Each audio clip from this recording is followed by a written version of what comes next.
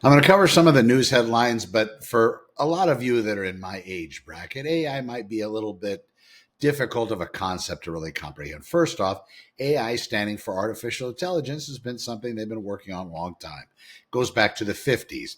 And in fact, artificial intelligence was used, I believe, at the Dartmouth conference sometime back then. And it was a marketing term that was come up with to be able to explain how this was actually going to work. That being the case, it just kind of caught on. So there have been people working on this ever since, scientists, very, very smart people, very brilliant people working on this technology.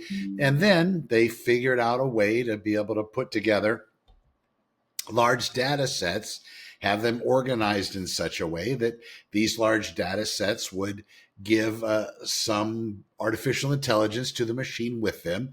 And then by the way that they work, they're able to guess the next character. So it almost looked like they had a superpower where if you said, Mary had a little, it would be able to determine lamb. And then they started training these systems more almost like you would train a child in a way, having to show it certain things and then having it try to identify those things themselves. Like, what is a cat? What makes up a cat? Not just pictures of a cat, but be able to see these pictures of lots of cats, different varieties, different breeds.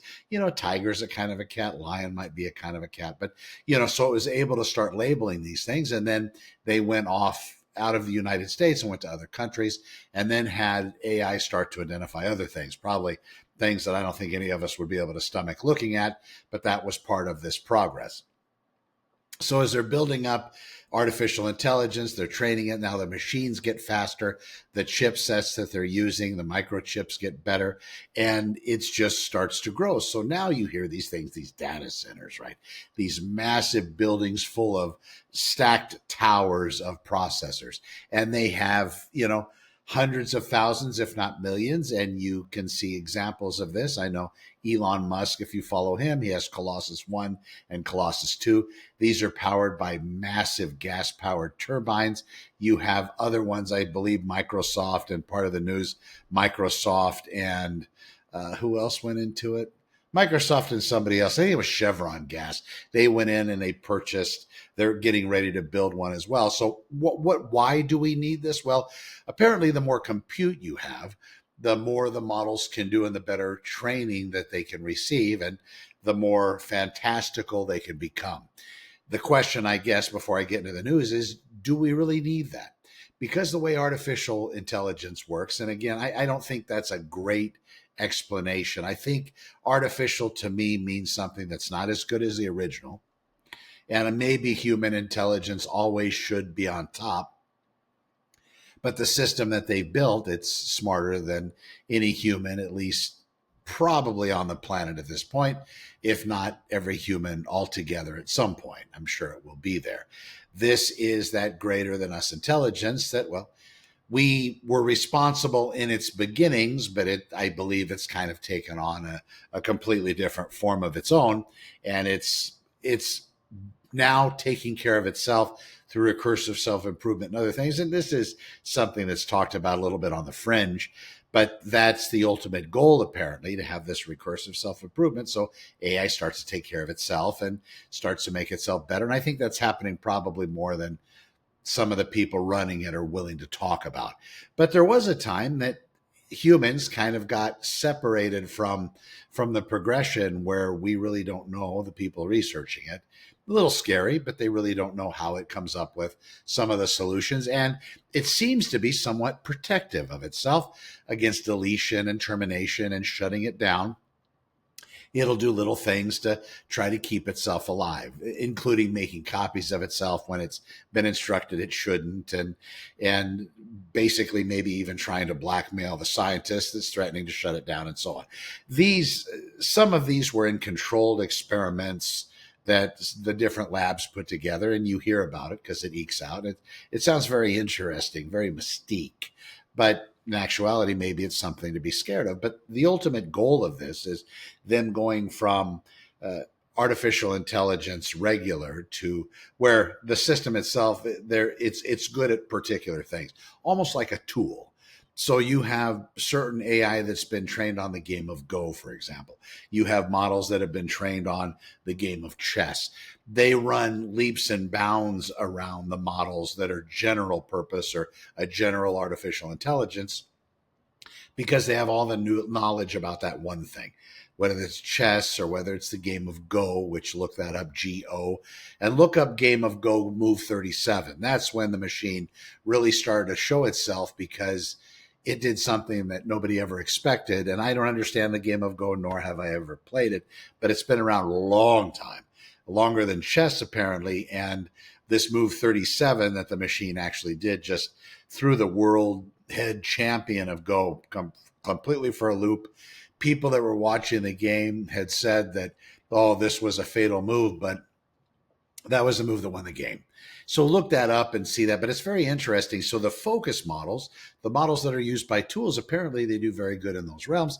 If they had one, and I believe one of the other AI companies, they're going to be attaching an AI model to look at images of potential cancers. And they're going to have it reviewed at the human level, kind of like a radiologist might. And then you're going to have the machine review it as well. And I think they'll probably catch probably close to 100%, if not 100% of all of the items that the human beings missed, just because it's very good at that sort of thing. But that's a focus model. That wouldn't be your regular run-of-the-mill garden variety ChatGPT or Claude. ChatGPT is the name of the first one that entered the scene back in November of 2022, developed by OpenAI. So if you hear these names, that's what that one is. So it's ChatGPT. I think they're up to 5.5, probably pretty soon 5.6, or maybe it's already 5.6. I don't much use that model, but it's a fantastic model. It's good at a lot of different things. So that's that one. Then you have Anthropic's Claude. Anthropic's the company. And for a while, ChatGPT, and we're recording this with the 23rd of June, 2024, ChatGPT was on top, had more than 50% market share of the people that were using artificial intelligence. Well, today, I think it's down to 46.6%. So now they've been basically, they're still the highest running model, but they had 50% market share. Now they don't. So you have Anthropic, I think at 10, and I forgot where Google's numbers were, maybe 22. So Anthropic's Claude, that's another large language model. And then you have Gemini, which is Google, which is another large language model.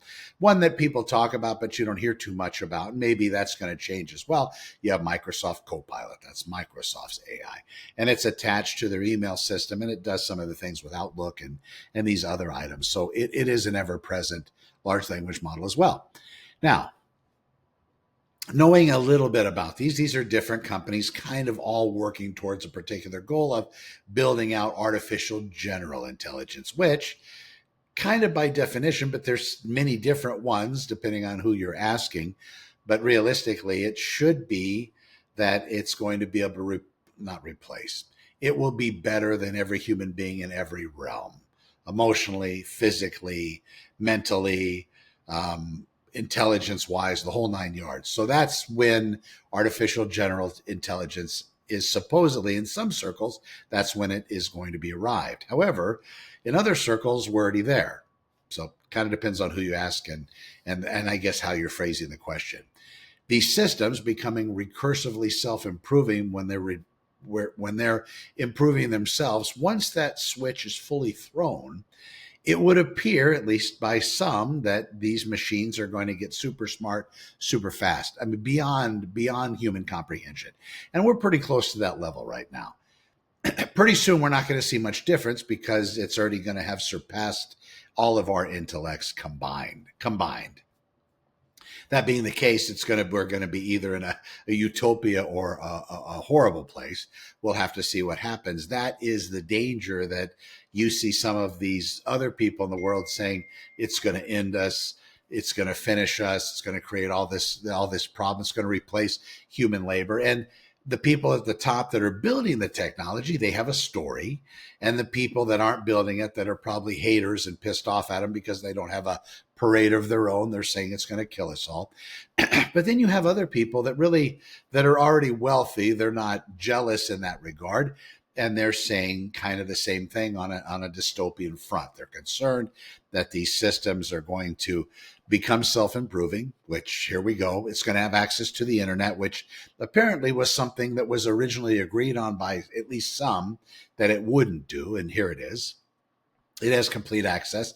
And then, of course, finally, it's not going to have any ability to do things on its own financially. And we see some of these systems that are put into play going out and trying to secure Bitcoin and crypto coin and trying to do these sorts of things to build some kind of a bank account or a bankroll so it can operate itself and so on. So it's interesting. What is it exactly?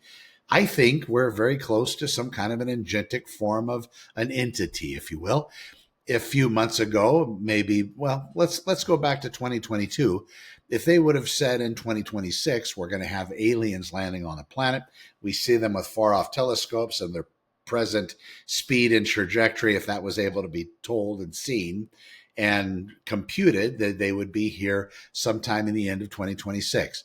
This could be where we are at some point. If the machine starts to realize its own existence, of course, you have seen those movies, right? You've seen Terminator. You've seen these other movies that are very much like that, where you have these systems that actually realize it exists, develops its own goals and plans, and then makes decisions. The movies that have been put out there they don't end well. Matrix, you have Terminator, you have these types of movies. They just don't end great for us as human beings.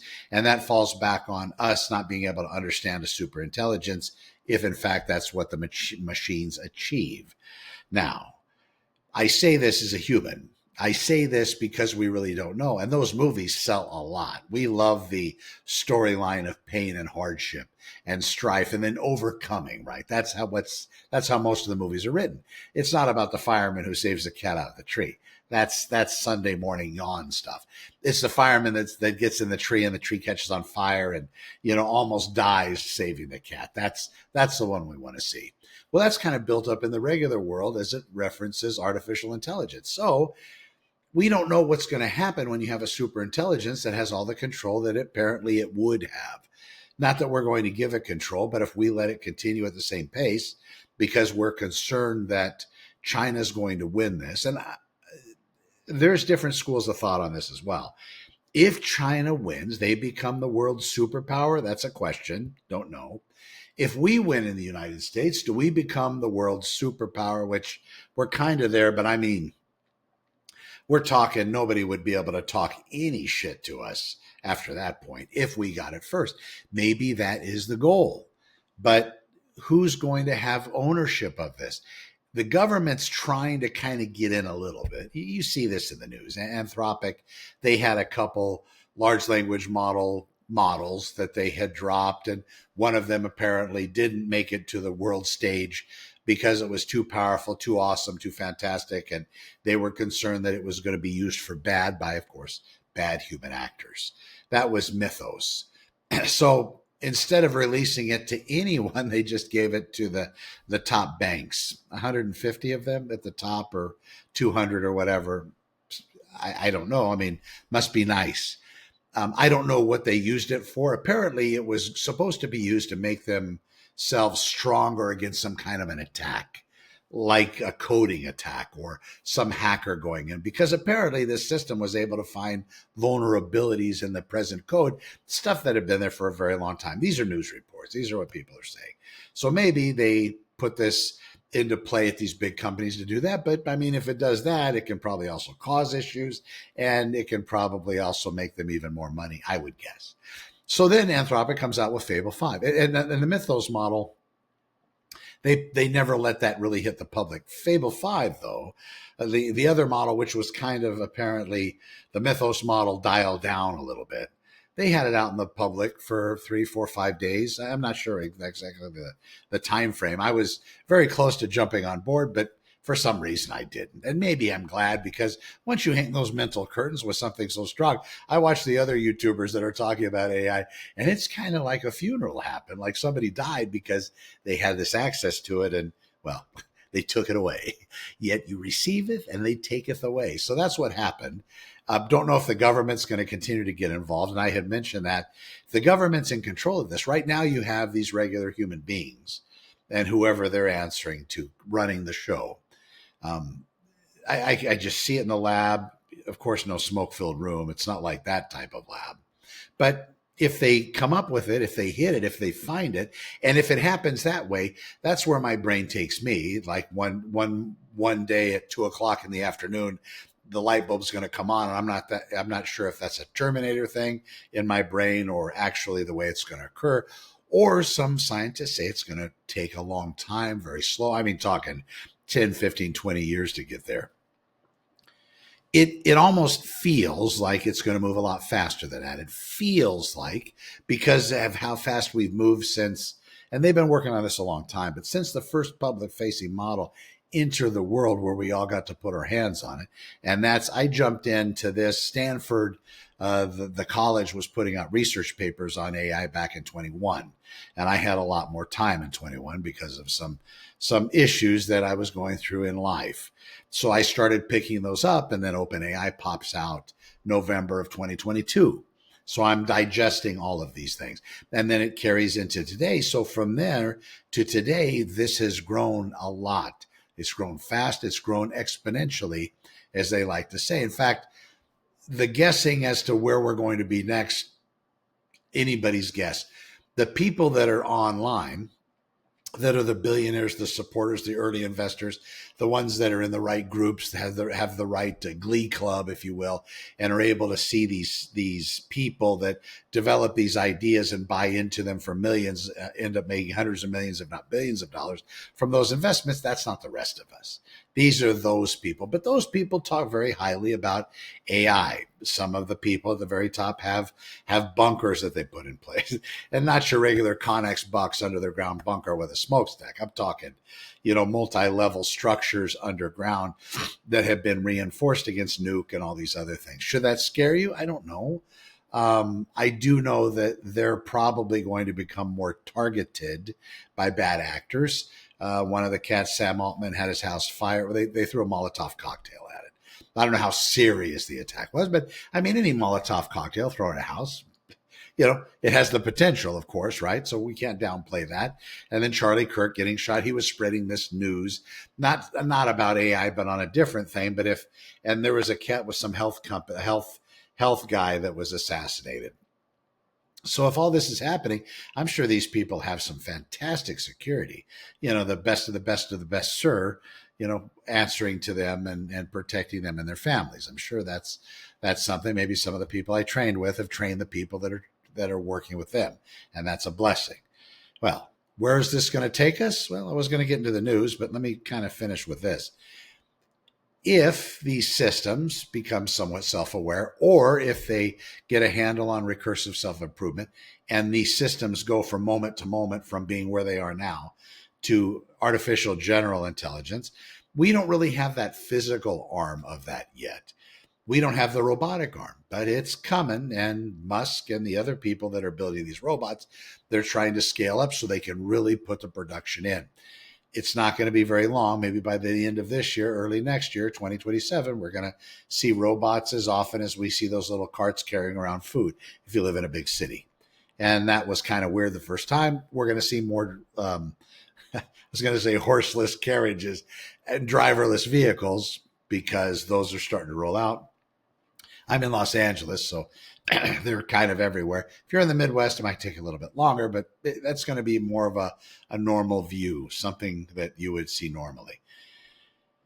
One of the biggest things I tell people, you have to be careful right now because of all the non-regulation with regard to artificial intelligence, deepfakes, AI slop videos, politically aligned endeavors that people are trying to sway a population one side or the other. The human beings that are controlling AI, and at some point we might not be able to say that. At some point it might be AI controlling AI. And that's if it gets away from us or it's put into place purposely like that. Argentina is going for an AI only government. And I think that's the plan. the cat that owns Palantir. You can look all this stuff up. Peter Thiel, I guess he bought a mega compound over there in Argentina. He's going to help with that. Yeah, there's a lot to unpack there on different sides, and there's a lot of BS talk, and there's a lot of talk that you can almost align yourself with regard to all these moves that are being made on this global stage. Right now, we'll have to keep an eye and see what happens because this is changing every single day. If you're not thinking about it, if it hasn't crossed your mind, understand that these companies, the big AI labs, they're going to go public. They want to go on the stock exchange. And there's lots of rules and stuff that I have no comprehension of. I'm not an investor in that. But in order to do this, these companies, when they do go on the stock exchange, you can go back in history. And while this is a completely different animal, when you're basing an industrial or a revolution on top of intelligence, I think that's the game changer. And I think the people building the technology who are losing money hand over fist, but have plenty of people that are going all in. I believe that they think that because it's based on intelligence, it's going to be just incredible at some point. And it's not going to suffer the same fate as the railroads did, which the original investors in the railroads got wiped out. Bankrupt people come in and bought it after when it went to zero, right? That's when you want to buy low, sell high, they say. The internet was another one. The internet was lots of fiber, lots of infrastructure, lots of all that stuff, but the early investors got wiped out, and then people came and picked up the crumbs. People look at AI as if it's going to be something similar, where the early investors, including your pensions, because they're going to be buying in to these companies when they do go IPO at a massive scale because of some law change they conducted back in May of 2026. You can look into that as well, where apparently it wasn't able to happen like at the volume that it will be or at all. There had to be more time in the stock exchange. There had to be certain rules established where you had to have a certain difference in value versus real money and net and all this stuff. And I'm talking about it like I'm doing a paint by numbers and I don't even know what numbers are. However, look into that because apparently pensions are going to be buying into it. And people say that this first volley into AI is going to completely collapse because it's not as powerful as people make it out to be. It's not that good of a human replacement. Let's talk about that a second, because some people out there are completely panicked that it's going to be replacing humans. I think that was the original intention, to use AI in place of human labor so we could all go explore our inner child. I think that was at least the people at top could explore their inner child, and then you don't have to deal with human beings at the job site because, somebody slapping somebody's ass or somebody calling somebody whatever, and then you have all these issues, right? You have lawsuits. Attorneys make a hell of a living off of defending people that are in those environments, but you stick a whole bunch of AI in there, you have to worry about it. What's interesting about that is when a company is laying off thousands and they say they're doing it, whether it's true or not because of AI, maybe they're doing it because they overhired in COVID. Maybe they just want to trim the flock, trim some fat. But when you say you got rid of them because of AI, because you're bringing in AI, your stock goes up. Look at that. Look at this. That's what's happened. Now, good or bad, it is what it is. I couldn't tell you, but it's fascinating that if you lay off 5,000 employees and you say you did it because you're bringing in AI, then your stock goes up. Is that a replacement for us? Hard to say. Is AI a good replacement for humans? I think at different levels it might. Good is probably the wrong word. Would it be able to do better than a human in some of the fields? Absolutely. And I think that's going to become more and more apparent as we watch, but we're going to have to watch those employment numbers. And if unemployment gets at a particular level, it's going to be a problem. There's going to be mortgage defaults and all these other things.